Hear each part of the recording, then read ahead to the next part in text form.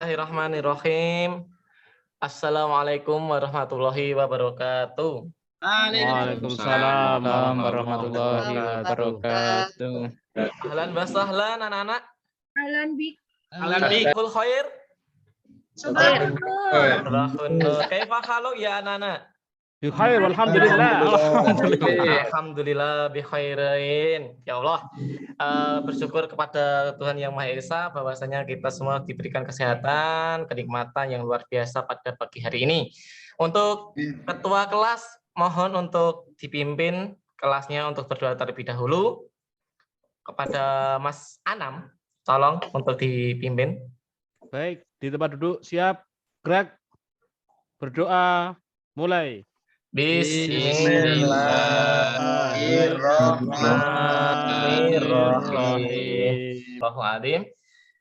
Sebelum pelajaran kita mulai, kita menitik beratkan satu hadis, ya kan, satu hadis di mana Rasulullah itu mencanangkan mengenai kebersihan. Tolong untuk yang laci-laci kotor atau yang di sebelah kanan, sebelah kiri, di belakang, di bawah ada kotoran, tolong untuk diangkut, dibuang ke tempat sampah. Ana dofatul minal Iman. Kebersihan sebagian dari Iman. hadir hari ini siapa nggih? Untung Pak. Untung Pak. kemana Untung? Tadi izin katanya habis sunat gitu Pak. Waduh, habis sunat. Aku izinnya ya nggih. apa? Sunat no. Tardi Pak. Oh iya Kali Kali Supardi. Pardi. Oh nggih, kali Supardi. Supardi kenapa nggih? Kalau ini dawah Pak. Oh, dawat. Oke. Oke. Untuk hari ini kita ada pembelajaran setelah fikih, yaitu sejarah kebudayaan Islam, di mana sejarah ini, ya kan, sejarah itu bukanlah beban ya, bukanlah beban, melainkan penerangan jiwa. Bayang, sejarah itu bukanlah beban ingatan, melainkan penerang jiwa. Maksudnya tahu nggak, Pak Khairul? Penerang jiwa itu ya biar menyemangati Bapak. Biar hidup makin bersemangat gitu maksudnya. Oke. Kalau kita tidak dari sejarah, masa depan kita bagaimana, ya kan? Oke.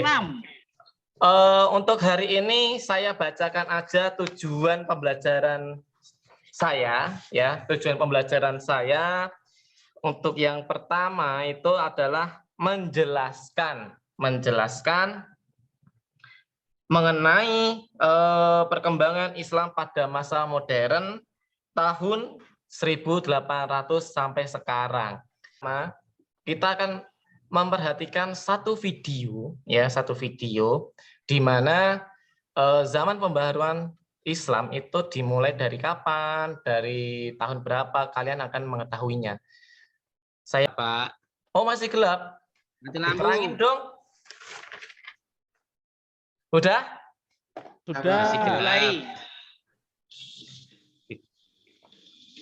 Udah? Sudah. Sudah. Tolong untuk disimak videonya. Kok klinik Pak? Klik media Pak. Nah, pembaharuan Islam part 1 PAI Budi Pekerti kelas 11. Ya, ini materi terakhir kita. Oke banget Ki. Apa nih Pak? NMM.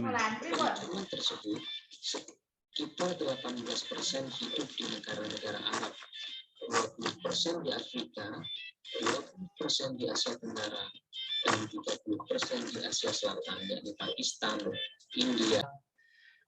Sharekan untuk YouTube saya. Sekarang ini kan model pembelajarannya saya tuh adalah problem based, ya kan, problem based learning, atau ada problem yang ada di video saya, yaitu pada masa klasik, pertengahan, dan modern. Nah, untuk sekarang saya akan membagi 3 kelompok saja, 3 kelompok, di mana kalian mendiskusikan pada periode klasik, pertengahan, ataupun yang terakhir atau periode modern. Di sana itu ada apa aja sih, ya kan? kelebihannya apa, terus kekurangannya apa dan lain sebagainya. Tolong untuk diskusikan itu semua. Nanti ketua kelompoknya itu nanti tolong untuk menjelaskan kepada kelompoknya masing-masing. Kelompoknya akan berpencar seperti itu. Ini namanya adalah jigsaw. Ya, saya memakai metode jigsaw, di mana kalian setelah diskusi itu nanti ketua kelompok kepada kelompok yang lain, kelompok yang lain untuk mendiskusikan metode klasik bagaimana, metode pertengahan bagaimana, metode modern itu bagaimana. Silakan untuk diskusi itu semua. Untuk yang ketua itu Kak Slawi ya, Kak Slawi ya. Insya Allah siap, Pak. Oke. Yang kelompok yang kedua, Anam, siap? Siap Bapak. Ya. Untuk yang kelompok 3, Kak Aris. Siap. Ya. Bapak. Tolong untuk diskusikan kelompok 1 periode klasik, kelompok 2 pertengahan, kelompok 3 modern. Ya, silakan untuk diskusikan. Saya kasih waktu 10 menit untuk berdiskusi. Konco ora iki. Laksana pojokan ya. Oke, arep nek di Mandelik ning di arep iki mau. Mbak Jupita mana yang di mau Mandelik mau ya? Nah, Mbak Jupita gabung. Beduwi kene.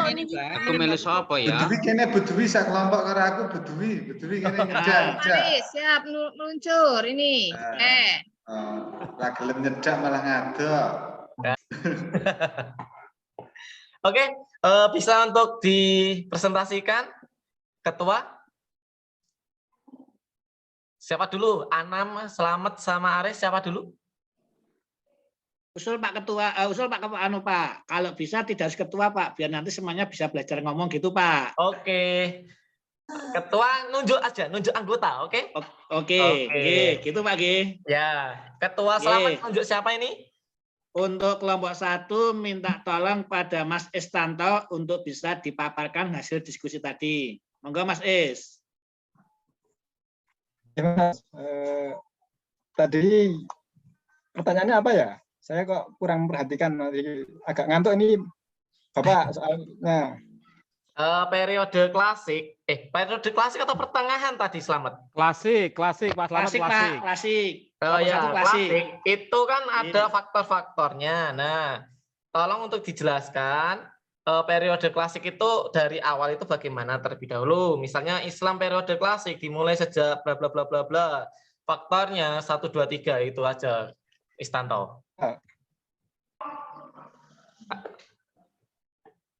Oke, Istanto, bagus.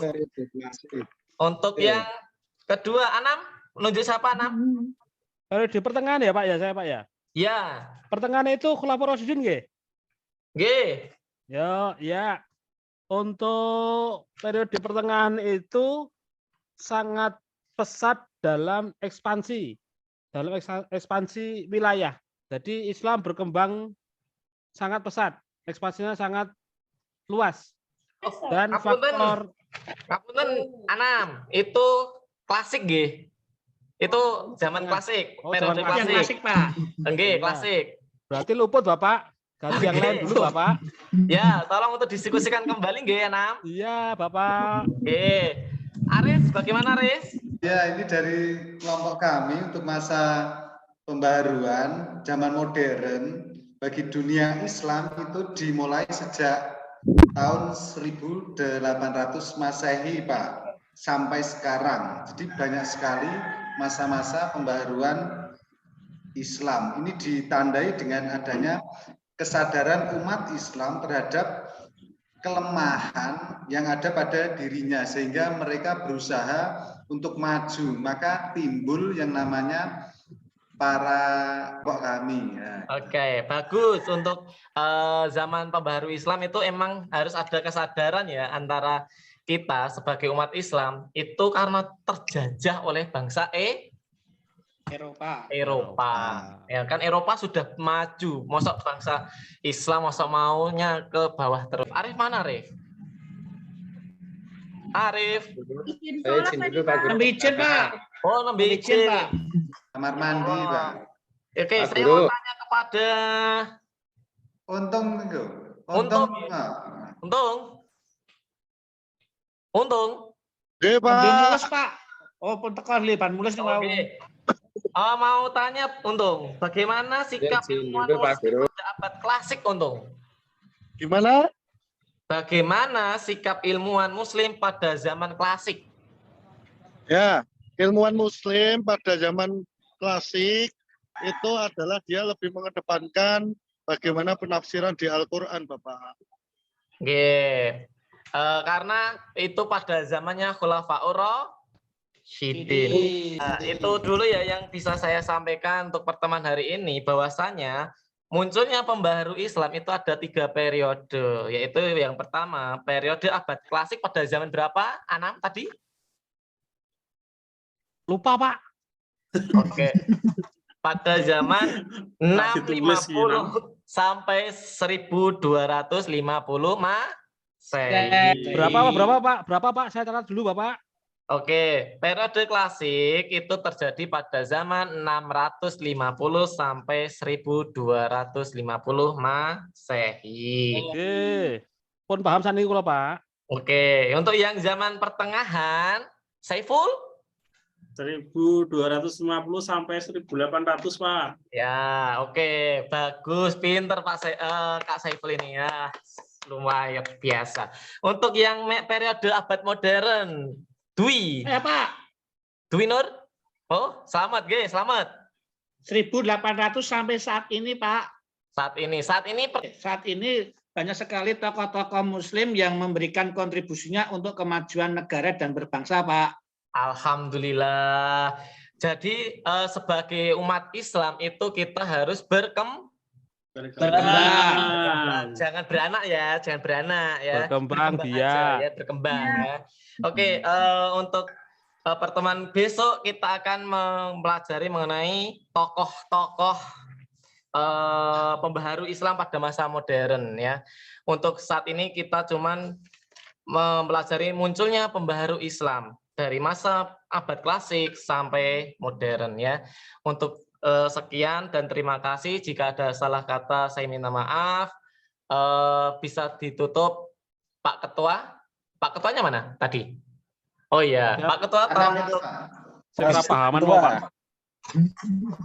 Yonam, ladies. Baik, kita tutup bersama dengan bacaan kafaratul majlis bersama-sama.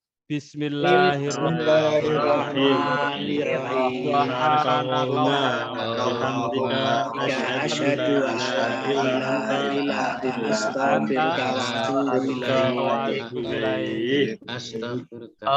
Jika ada salah kata saya minta maaf. Jika ada lebihnya itu datangnya dari Allah Subhanahu wa taala. Wallahumma fiq illa aqwamit thoriq. Wassalamualaikum warahmatullahi wabarakatuh. Waalaikumsalam warahmatullahi wabarakatuh. Syukron jidan kasiron ya akhi ya ukhti.